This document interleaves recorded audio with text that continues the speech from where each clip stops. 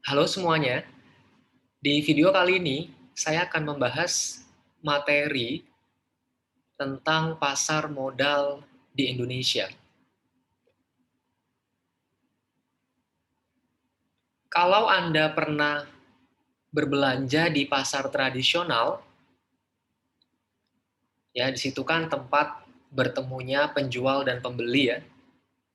Sebenarnya konsep pasar modal itu sendiri itu sama dengan pasar tradisional. Namun, ada hal yang membedakan. Kalau di pasar modal, yang diperdagangkan atau yang ditransaksikan itu berupa surat berharga atau disebut juga dengan efek, ada juga yang menyebutnya dengan sekuritas ya. Ada juga yang menyebutnya dengan instrumen keuangan. Ya, jadi nanti istilah-istilah itu sama antara surat berharga, efek, sekuritas atau instrumen keuangan yang diperdagangkan di pasar modal. Seperti misalkan saham, surat utang atau obligasi, kemudian reksadana. Dan di dalam pasar modal, itu ada beberapa pihak yang berperan atau punya peranan ya di dalam transaksi yang terjadi di pasar modal.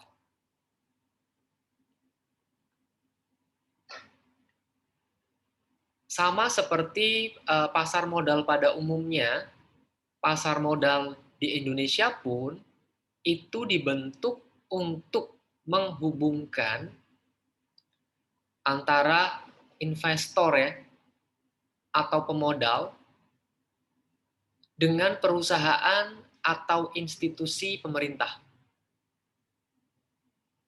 Yang dimaksud dengan investor di sini itu adalah pihak yang mempunyai kelebihan dana. Ya, jadi investor di sini adalah pembelinya. Mereka adalah pihak yang kelebihan dana. Nah, kemudian perusahaan atau institusi pemerintah inilah pihak yang memerlukan dana untuk modal usahanya. Contoh misalkan perusahaan go public ya, perusahaan TBK, itu misalkan ingin mendanai atau membiayai proyek-proyeknya. Nah, maka perusahaan TBK itu bisa menerbitkan saham misalkan ya, atau menerbitkan surat utang untuk membiayai proyek-proyeknya. Sehingga pasar modal di sini itu punya fungsi sebagai pengalokasi dana dari investor ke perusahaan atau institusi pemerintah. Ya, jadi pasar modal ini menghubungkan antara pihak yang kelebihan dana, dalam hal ini investor, ke pihak yang kekurangan dana. Dalam hal ini bisa perusahaan atau institusi pemerintah yang membutuhkan dana demi membiayai modal usahanya.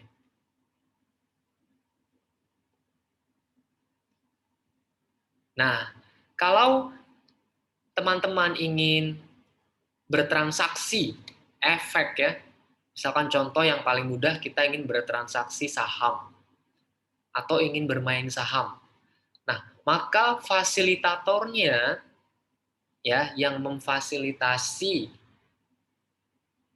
yang menyediakan sistem ya untuk perdagangan efek itu adalah Bursa Efek Indonesia atau IDX ya, Indonesia Stock Exchange atau Bursa Efek Indonesia atau BEI ya.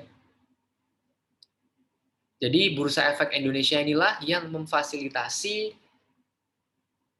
pertemuan ya antara pembeli atau investor dengan perusahaan yang membutuhkan dana. Nah, kalau Anda ingin bermain saham, misalkan saham ya, kita tidak bisa langsung bertransaksi di bursa efek. Kita butuh perantara. Yakni dalam hal ini adalah perusahaan sekuritas yang akan menjadi perantara kita kalau kita ingin memperjualbelikan efek di pasar modal. Ya, banyak sekali perusahaan sekuritas yang sudah terdaftar di OJK ya. Sehingga Anda tinggal pilih mana yang punya reputasi bagus sehingga Anda mantap untuk menanamkan modal Anda melalui perusahaan sekuritas ini. Di dalam kegiatan transaksi pasar modal, ya, semua transaksi itu dilakukan secara elektronik. Disebut dengan Skripals trading. Nah, jadi tidak seperti pasar tradisional tadi ya. Kalau pasar tradisional kelihatan, Anda mau beli sayur, wujud sayurnya ada. Anda mau beli ikan, wujud ikannya ada. Nah, tetapi di dalam pasar modal, semua efek itu dalam bentuk elektronik. Nah, itu istilahnya adalah Skripals trading.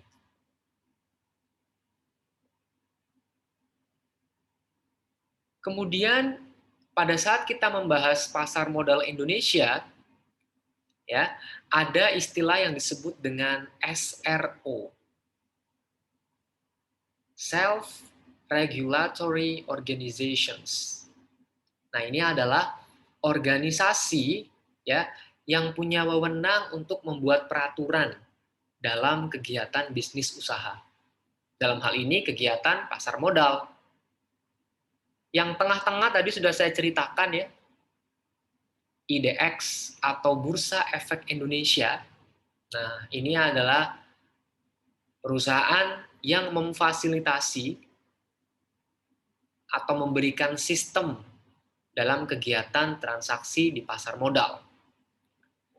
Ya, kalau sudah transaksi itu berjalan, ada yang namanya KPEI ya, Clearing Penjaminan Efek Indonesia. KPEI ini yang akan menjamin hak dan kewajiban dari investor. Dan KPEI ini punya punya kewajiban, dia ini harus memastikan bahwa investor itu benar-benar telah mendapatkan barang yang telah dibelinya, dalam hal ini efek ya. Jadi investor itu benar-benar mendapatkan efek yang dia beli, dan yang jual, perusahaan go public ataupun pemerintah, itu benar-benar telah mendapatkan dana dari efek yang dia jual. Nah, itu tugas dari KPEI, Clearing Penjaminan Efek Indonesia.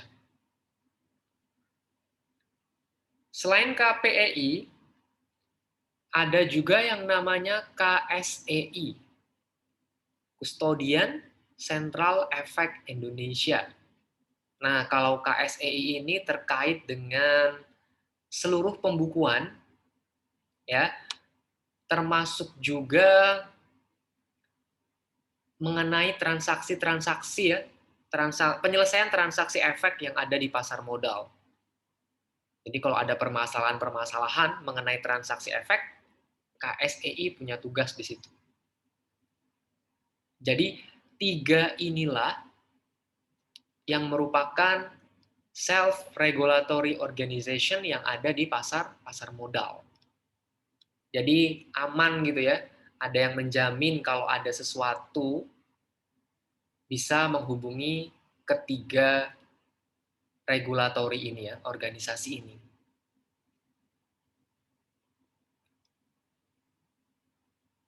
Ini adalah penjelasan SRO tadi yang sudah saya jelaskan ya. Kemudian Bursa Efek Indonesia, tadi saya bilang yang memfasilitasi perdagangan.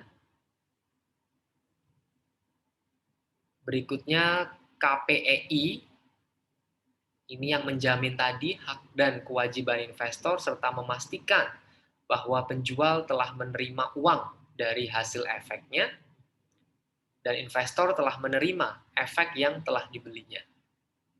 Sedangkan KSEI itu punya peran menyimpan efek dalam bentuk elektronik ya, karena ini yang dijual adalah surat berharga yang tak tampak ya, dan menyelesaikan transaksi tentang efek yang diperdagangkan di pasar modal. Nah, di dalam transaksi pasar modal ada yang mengawasi teman-teman ya. Namanya adalah OJK. Saya rasa Anda semua sudah tidak asing lagi dengan OJK. Berdasarkan Undang-Undang Republik Indonesia Nomor 21 Tahun 2011 ya tentang OJK, pemerintah itu menetapkan OJK yang punya fungsi menyelenggarakan sistem pengaturan dan pengawasan yang terintegrasi terhadap seluruh sektor jasa keuangan. Nah, pemberlakuan undang-undang ini menetapkan bahwa OJK itu menggantikan peran Bapepam LK. Ya, dulu kita pernah mengenal Bapepam LK. Setelah adanya undang-undang ini, yang mengontrol atau memberikan pengawasan itu adalah OJK, tidak lagi Bapepam LK. Ya, resminya sejak 31 Desember 2012, OJK telah mengambil alih peran atau tugas Bapepam LK.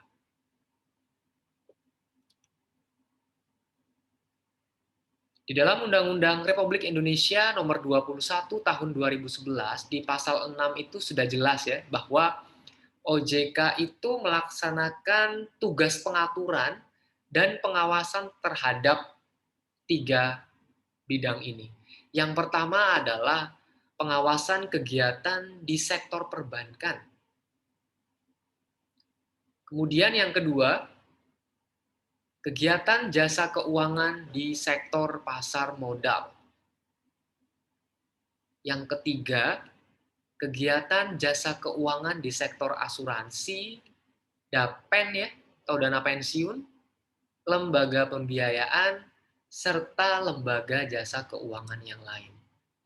Jadi otoritas jasa keuangan atau OJK ini fokus kepada bagaimana mengatur dan mengawasi kegiatan jasa keuangan di berbagai sektor ya. Jadi punya tugas yang berat karena kita tahu bahwa sektor keuangan ini punya banyak kontribusi ya terhadap pertumbuhan ekonomi suatu negara, apalagi di Indonesia. Kemudian emiten ya, kita sering mendengar istilah emiten. Emiten ini adalah sebutan bagi perusahaan yang menerbitkan saham atau obligasi. Jadi tadi kalau saya bilang bahwa perusahaan go public atau perusahaan TBK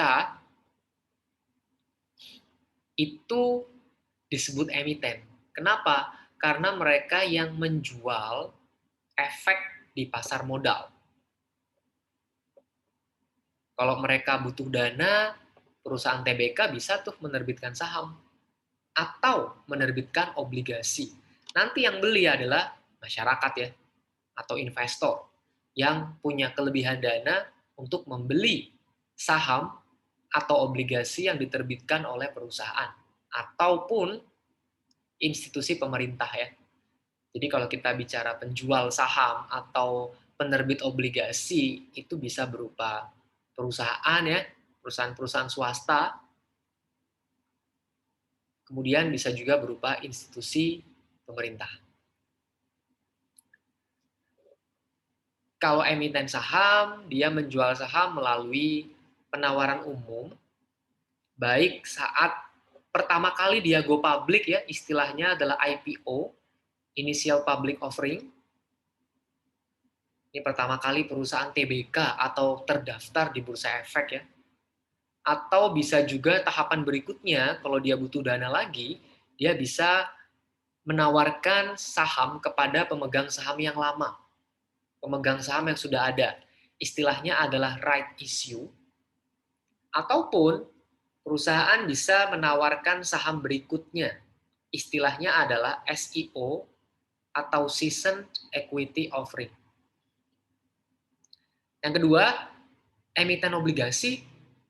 Ya, artinya emiten ini bisa menjual obligasi melalui penawaran umum, ya, baik pada saat IPO ya, penawaran umum perdana, maupun penawaran obligasi di berikut-berikutnya.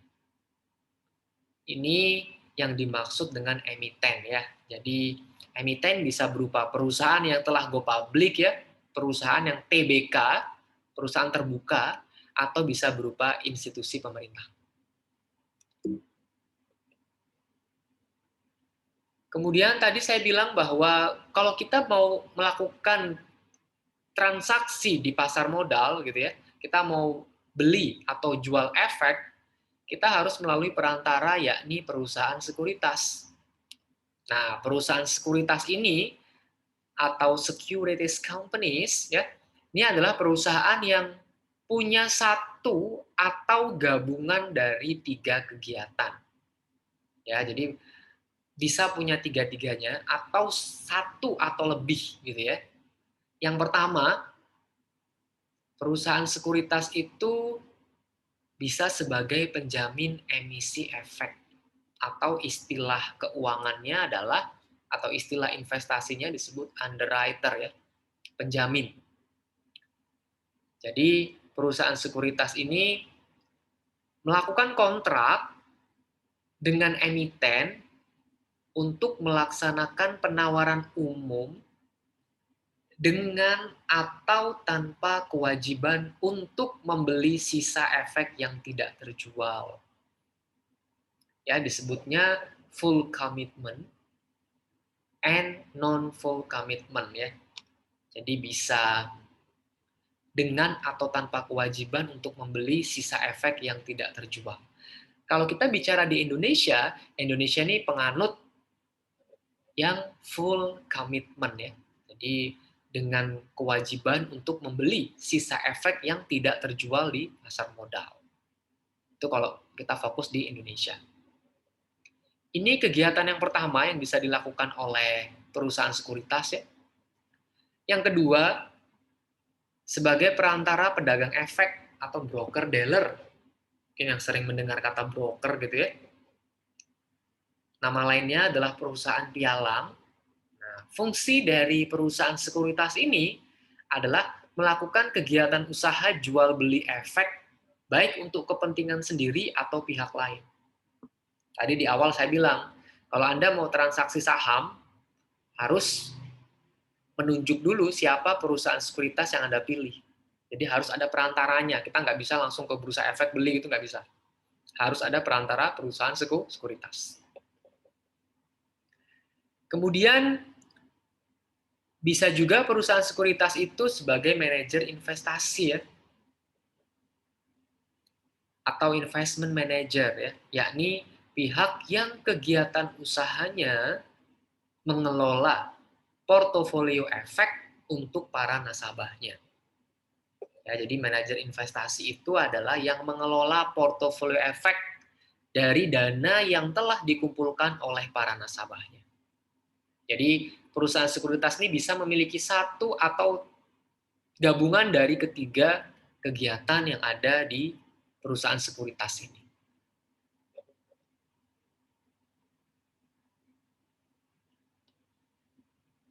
Lalu pada saat kita membahas tentang pasar modal, itu ada berbagai profesi penunjang pasar modal. Nah, yang pertama adalah akuntan publik. Nah, kalau akuntan publik ini tugasnya adalah membantu emiten dalam menyusun prospektus. Nah, prospektus ini dibuat biasanya untuk perusahaan yang akan go public ya, yang akan terdaftar di bursa efek. Itu akuntan publik perlu membuatkan prospektusnya. Dan juga bisa laporan tahunan. Sehingga laporan keuangan yang tersaji itu bisa sesuai dengan ketentuan OJK dan Bursa Efek Indonesia. Itu fungsi akuntan publik ya, makanya mungkin kita sering mendengar istilah KAP, kantor akuntan publik. Nah, kantor akuntan publik itu yang punya atau di dalam kantor akuntan publik itu ada akuntan publiknya. Jika dia sudah punya sertifikasi dari OJK, maka dia bisa melakukan atau membantu perusahaan terbuka untuk membuatkan prospektus ataupun laporan tahunan ya. Jadi tidak semua akuntan publik itu bisa, harus ada sertifikatnya ya, harus terdaftar dulu, harus diseleksi dulu oleh OJK. Layak menjadi akuntan publik yang berhak untuk membantu transaksi di pasar modal atau tidak. Kemudian ada notaris. Notaris ini punya peran ketika emiten, perusahaan sekuritas, ya, dan pihak-pihak lainnya menyusun anggaran dasar dan kontrak-kontrak kegiatan. Ya. Ini lebih pada saat di awal perusahaan itu akan listing ya atau listed, akan terdaftar di Bursa Efek Indonesia. Jadi terkait legalitas lah ya, notaris itu punya peran di situ. Kemudian ada juga konsultan hukum. Konsultan hukum ini membantu dalam kegiatannya agar sesuai dan tidak melanggar ketentuan yang berlaku dan aspek hukum lainnya. Ya, karena di dalam pasar modal itu telah diatur tadi kan, ada aturan-aturan yang dibuat oleh Bursa Efek Indonesia, KPEI, KSEI, transaksi pasar modal juga diawasi oleh OJK, jadi tidak boleh ada kegiatan yang menyimpang dari aturan yang telah ada. Itu peran dari konsultan hukum. Lalu ada perusahaan penilai.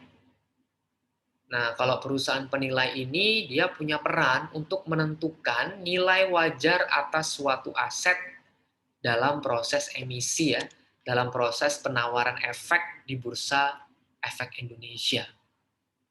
Jadi tidak boleh perusahaan itu menilai asetnya sendiri. Nah, ada namanya perusahaan penilai lah yang mendapatkan mandat ya dari OJK ataupun Bursa Efek Indonesia untuk menilai aset dari perusahaan-perusahaan yang telah go public ataupun yang akan go public ya.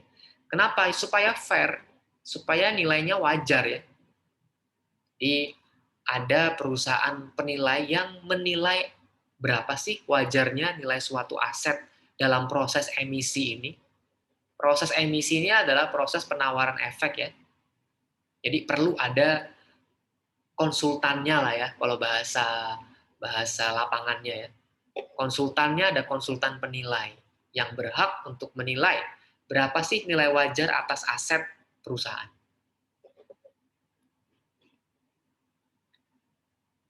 Berikut adalah perkembangan profesi penunjang pasar modal ya.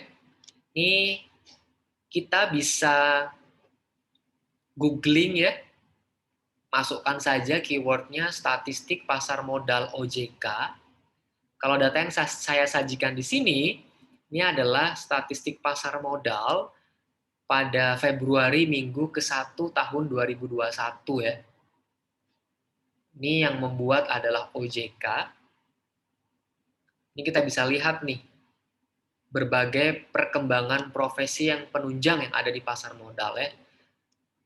Misal akuntan publik ya, di akhir tahun 2020 jumlahnya 701.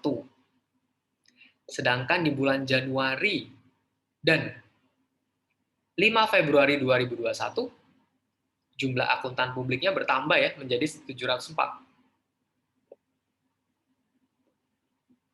Kemudian ada juga notaris. Ya, di 2020 ada 250, di bulan Januari 2021 naik, tapi di 5 Februari menurun. Ya, ini menandakan bisa jadi izin notarisnya itu dicabut ya. Maksudnya dicabut untuk perusahaan itu bisa membantu di pasar modal ya. Artinya bukan dicabut seluruhnya, tapi izin untuk membantu kegiatan pasar modal itu sudah tidak boleh lagi. Atau istilahnya mungkin disuspend ya, diberhentikan sementara. Jadi bukan kantornya tutup, tapi untuk membantu pasar modal sementara tidak boleh. Karena di sini kelihatan ya, berkurang. Dari Januari 252, Februari turun. Di sini juga bisa dilihat konsultan hukum ya, 2020 ke Januari sama, tapi di bulan Februari turun. Sedangkan untuk perusahaan penilai, ini konstan ya, dari 2020 tetap 246, Januari dan Februari tetap sama. Ini menunjukkan bahwa ada regulatornya, ada pengawasnya ya, bahwa nggak sembarangan transaksi pasar modal ini ada aturannya, ada yang ngontrol. Kemudian indeks harga saham, ini adalah indikator yang mencerminkan kinerja saham-saham di pasar ya. Yang paling kita kenal pasti IHSG, indeks harga saham gabungan, yang mencerminkan indeks rata-rata dari semua saham yang terdaftar di Bursa Efek Indonesia. Ada juga indeks LQ45, ini berisi 45 saham liquid ya, 45 saham yang sering diperdagangkan di Bursa Efek. Ada juga IDX 30, ini berisi 30 saham yang paling liquid di Bursa Efek Indonesia. IDX 30 ini biasanya pun juga ngambil dari LQ45 ya. Cuman LQ45 ini jumlahnya 45, IDX 30 ini 30 saham liquid. Ada juga indeks Kompas 100, ini berisi 100 saham yang paling liquid, ya, yang sering diperdagangkan di bursa. Ada juga indeks sektoral yang mencerminkan indeks dari masing-masing sektor yang ada di Bursa Efek ya. Kan ada perusahaan pertambangan, ada perusahaan pertanian, ya, ada perusahaan barang konsumsi, ada perusahaan manufaktur, ya, ada perusahaan perbankan, dan seterusnya. Ada sektor keuangan, nah itu indeksnya sendiri-sendiri. Itu namanya indeks sektoral. Nah, kalau bicara saham syariah, ada indeksnya Jakarta Islamic Index ya, JII. Itu berisi 30 saham syariah yang paling liquid ya. Walaupun beberapa tahun belakang di 2011 itu ada ISSI, Indeks Saham Syariah Indonesia. Itu semua saham syariah yang terdaftar di Bursa Efek ya. Kemudian sekarang juga ada per 2018 kalau nggak salah ada JII 70. Artinya 70 saham syariah yang paling liquid ya. Kalau Anda ingin mengecek indeks saham, bisa cek di www.idx.co.id/product/index ya. Anda akan disajikan semua indeks saham yang ada di Indonesia. Berikut perkembangan IHSG yang saya ambil dari statistik pasar modal Februari minggu ke-1 tahun 2021 ya, OJK. Kita lihat di sini perkembangan IHSG dari 2016 hingga Februari ya. Di sini kita lihat nih, 2016 ke 2017 ya, naik, kemudian 2018 turun, fluktuatif lah ya, naik, kemudian di 2020 turun lagi, kemudian di Februari naik ya dari 2020 nih. Tapi 2021 ini hanya sampai 5 Februari 2021 ya. Jadi pergerakannya dari IHSG ini sampai 5 Februari 2021 itu cukup fluktuatif di sini ya. Tapi bertahan di angka 5 ribuan sampai 6 ribuan hingga 5 Februari 2021. Ya, di sini juga kita bisa lihat total perdagangannya dan nilai rata-ratanya. Jadi IHSG ini mencerminkan perkembangan harga saham ya, semua saham yang ada di Indonesia. Semua saham yang tercatat di Bursa Efek Indonesia. Anda bisa cek data ini di statistik pasar modalnya OJK ya. Kebetulan yang paling terakhir yang saya temukan adalah di Februari minggu ke-1 2021. Demikian materi yang bisa saya sampaikan tentang pasar modal di Indonesia. Semoga materi ini bisa dipahami. Sampai jumpa di video-video berikutnya.